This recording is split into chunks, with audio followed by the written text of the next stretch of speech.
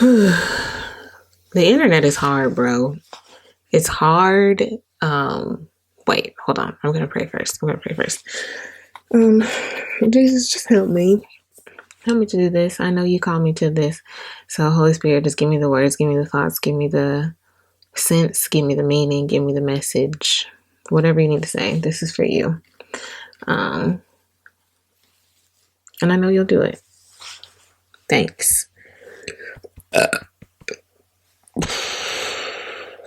internet is hard. The internet is hard. The internet is hard. The internet is hard. It is hard because and I remember a day back in 2007 ish. Yeah, because that's when I was in high school. So back in 2007, when you could turn on a 10 megapixel $400 point and shoot from Canon, because I had one. Oh no, I was a Sony girl back then. It was Sony.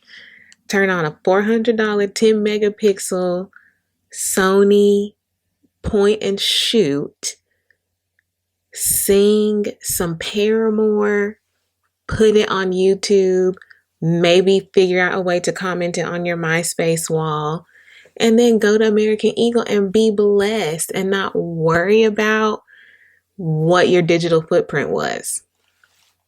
We don't live in that day today. Today, your digital footprint is a part of your identity, depending on, where you are and what you do.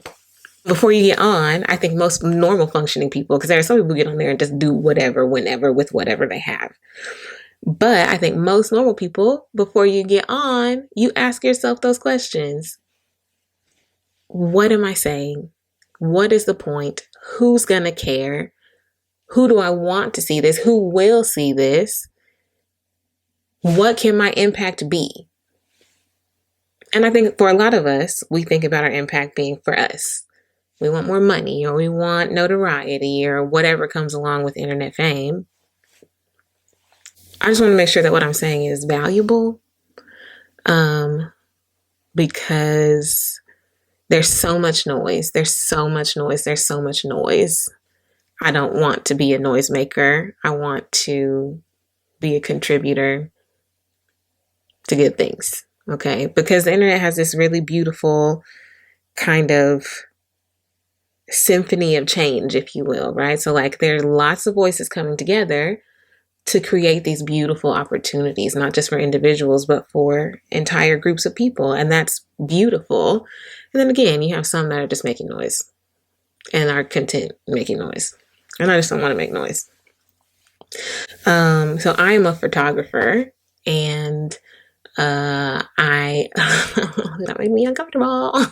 And that kind of puts me in an interesting position because obviously I'm in the content creation space. Maybe I'm not creating content for myself or for like an influencing type deal, but I'm creating content for someone to use for a purpose, whether that's personal enjoyment or for commercial use for their website, again, for that digital footprint, whatever it is, I'm creating the content for that.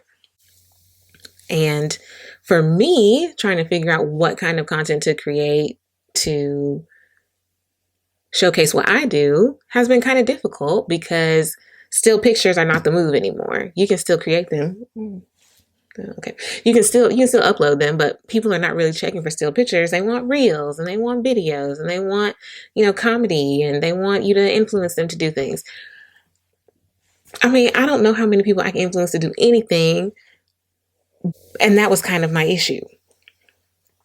I didn't know how, as a photographer, I could get in this sea of madness that is Al Gore's internet and have anything valuable to say. And I was like, well, girl, okay, just think about it. What do you have to say? What are the things that are important in what you do? What do you believe in what you do? And so I was like, okay, girl, there are several things that are really, really important in this realm of content creation in photography. For me, it all falls under the umbrella of storytelling. I believe 100% in telling people stories, whether that's for business, whether that is for, again, personal use, whether that is for taking pictures, engagement pictures that will go up for a wedding, or taking pictures of a business conference, or taking pictures of wildflowers that just happened to spring up this spring at my aunt's house. I am a storyteller through and through, and I have always been, and photography is just the current medium that I'm using to do that. You can probably hear my parents / roommates in the background. I'm embarrassed. Okay, they're quiet. Okay. Wait. My whole life, I have been a storyteller, and I assume for the rest of my life I will be, but that has looked different ways throughout my 30-some years of existence. Right now, that looks like helping other people tell their stories through photography. So there's nothing more important to me when someone asks me to take their pictures to not just click a button and make it look nice, which I did do that for a minute, and then I stopped because that was not fulfilling. But now I'm in a space to where I recognize, and I'm okay really leaning into the importance of helping people tell their stories. And that can look like documentary photography, with the black and whites and the candids, which is really cool. And I've done that before. But that can also look like business. That can look like a headshot. That can look like a book photo. That can look like taking pictures at your 2-year-old's birthday party. Because all of those are moments that are worth remembering. All of those are moments that are worth memorializing. All of those are moments that in 30 years, when you look back at,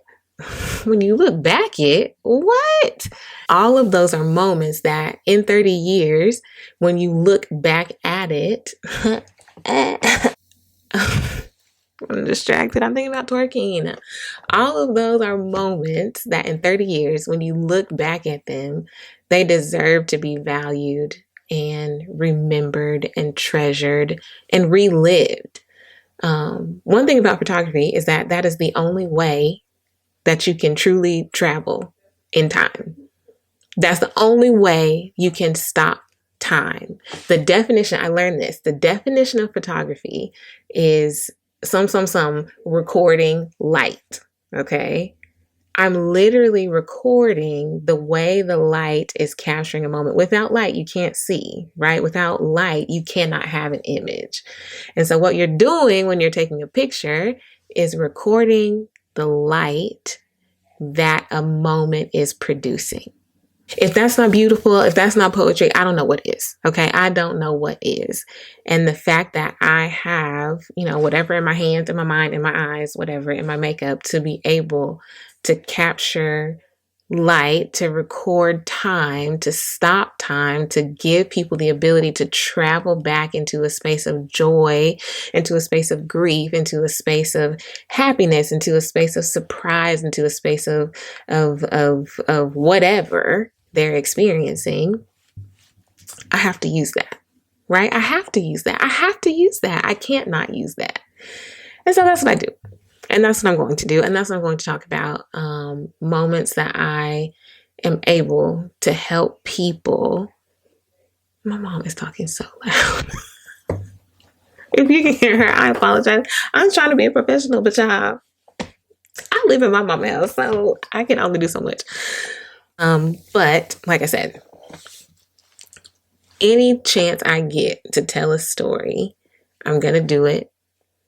And I'm going to share pieces of that with you, mostly because I want you to pay me to do it, but also because I believe in the value of whatever your story is. I believe in capturing that.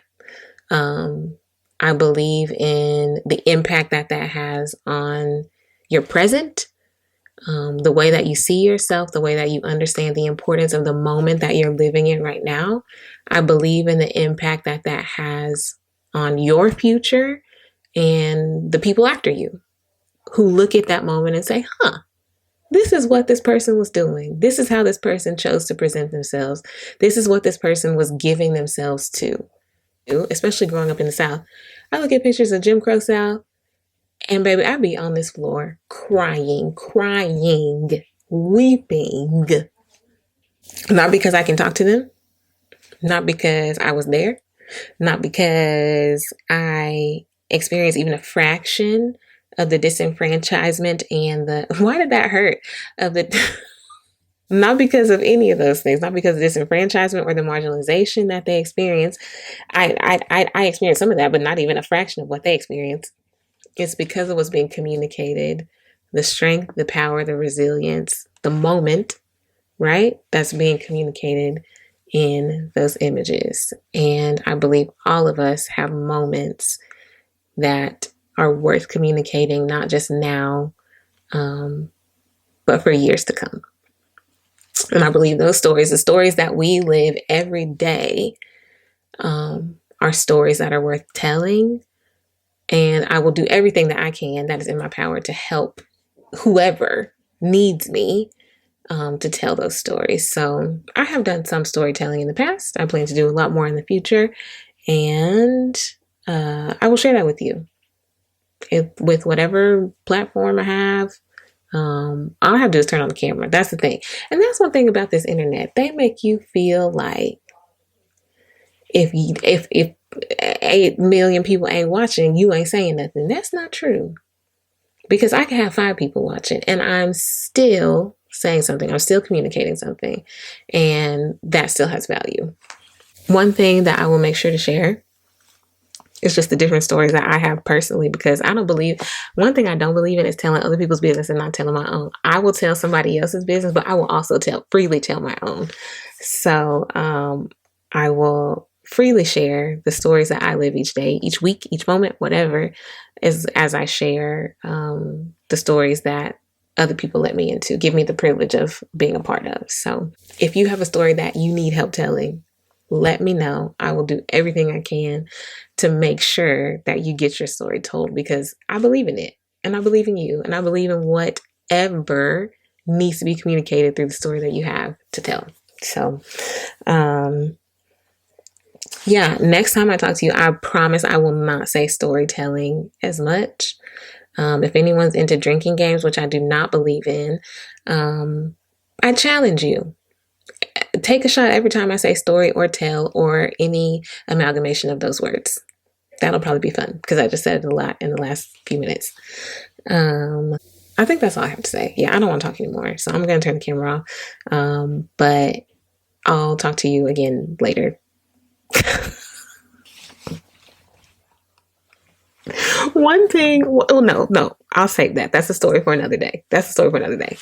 I'll save that. And I'll talk to you later.